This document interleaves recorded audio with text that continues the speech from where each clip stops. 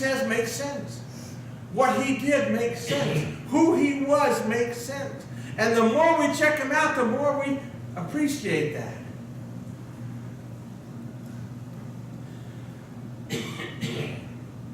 And then he says, taste me with your heart. Does he care for you? Does he care about your life?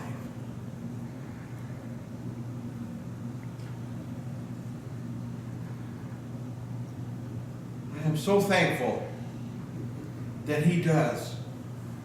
In this passage, we see him inviting people to come and share with him, to be with him, to ask him questions, and to have him touch their lives, and to have him heal them.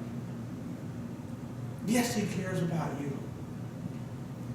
I love this part about Jesus healing people because he doesn't ask them a question. He doesn't say, are you a disciple of mine? He doesn't say, are you a Jew? He doesn't say, have you been a good person? He just simply heals them all. I love that part.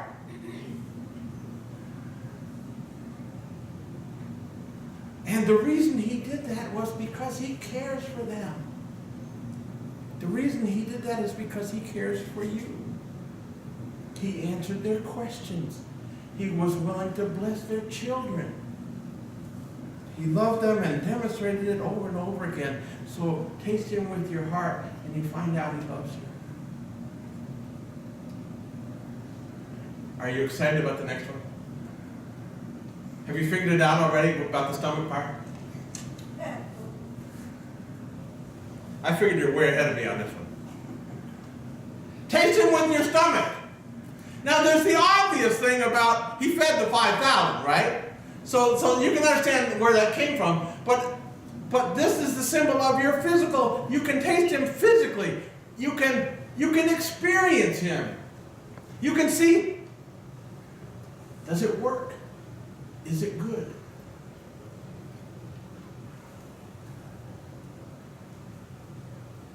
We've already talked about in weeks past about how Jesus made wine when the wedding feast ran out of wine. And the guy who was running the wedding feast said, you saved your best wine for last. You know why he said that? Because Jesus makes the best anything.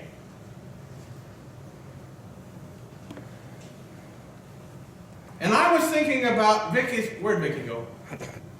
I was thinking about Vicky's bread. She makes the most amazing homemade bread. Her French bread is to die for. But Jesus makes better bread. Why? Because he makes better everything.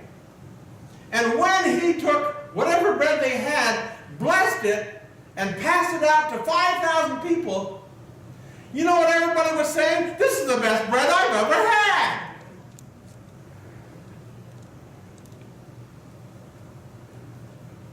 And that's about the physical part. They could taste something real about Jesus.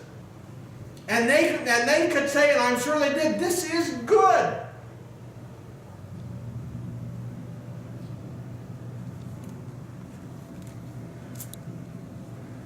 And then there's the disciples in the boat. They could taste something real about Jesus. You see, the stomach represents our physical being. We can have a physical experience with Jesus. They're in the boat. They're working hard.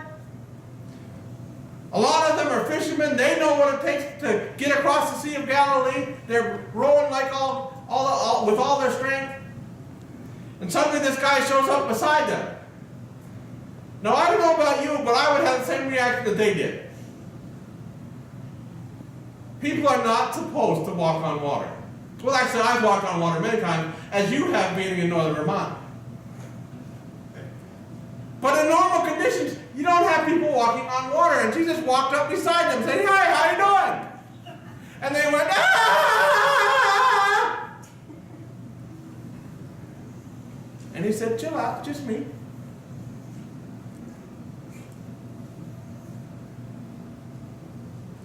And then he calmed the storm.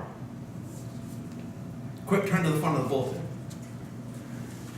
And then he calmed the storm. See that? Isn't that a beautiful picture? Jesus calmed the storm.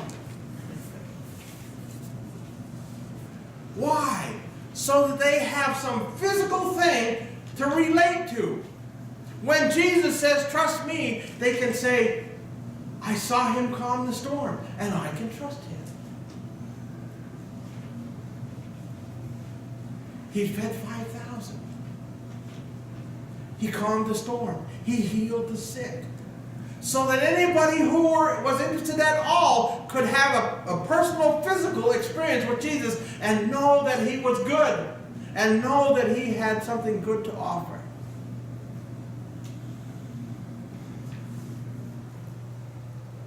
Every once in a while, I run into somebody as I'm sharing Christ with people who say,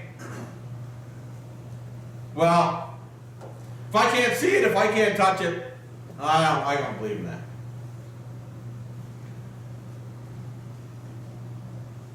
The only problem is that most of the people that I have met who say that meant, what they really meant was, I don't want to believe. I was talking to a fellow who I thought was a pretty reasonable man, and I said, you know, you'd enjoy getting to know Jesus. And he didn't say, what do you mean? He didn't say, how do I do that? He said, no, I wouldn't.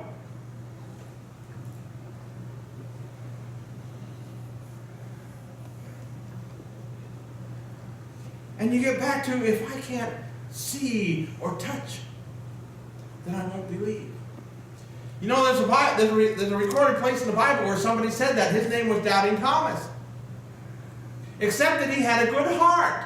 When he said, unless I see Jesus, I won't believe, he was acting on Jesus' warning to watch out for con men. And we ought to watch out for con men.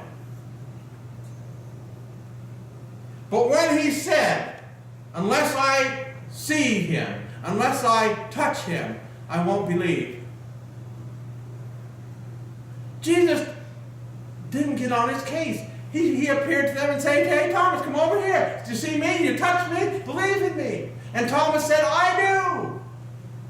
My Lord and my Savior. And Thomas went out into the world to share the wonderful news that Jesus was alive, gave his life in India. There are still churches in India that are Thomas churches. Because we can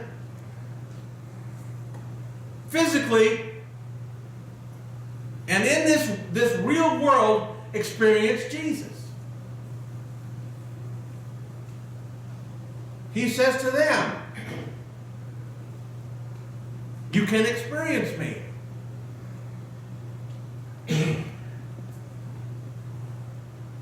You can watch me.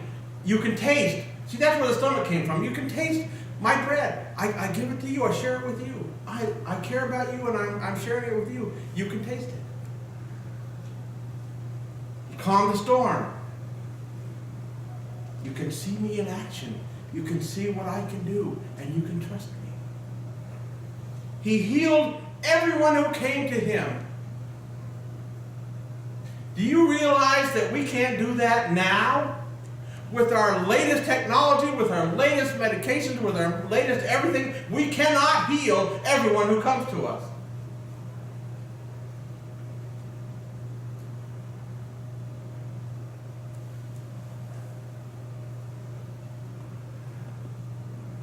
But Jesus can.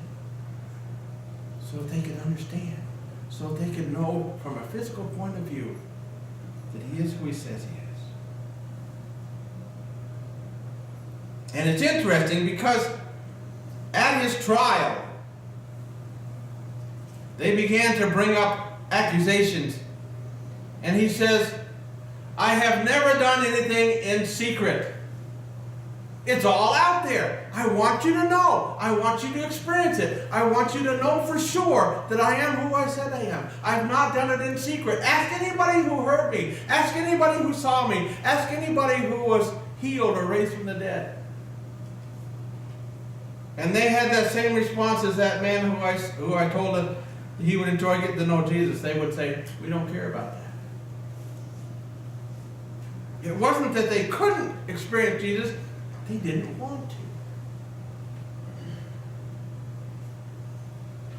I want to share 3 little stories about my experience, personal, physical experience with Jesus.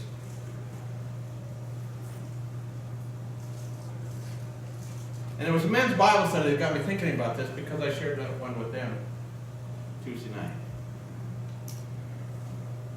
My first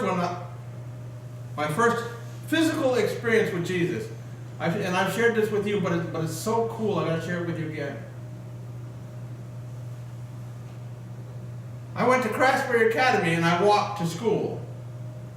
And if any of you know about Craftsbury Academy and me walking to school, between our house and the school, there's this beautiful, long, straight stretch, open stretch, and the wind comes from the west, whipping across that stretch and blows everybody into East Albany. That's how you go. That's how I wound up in Albany.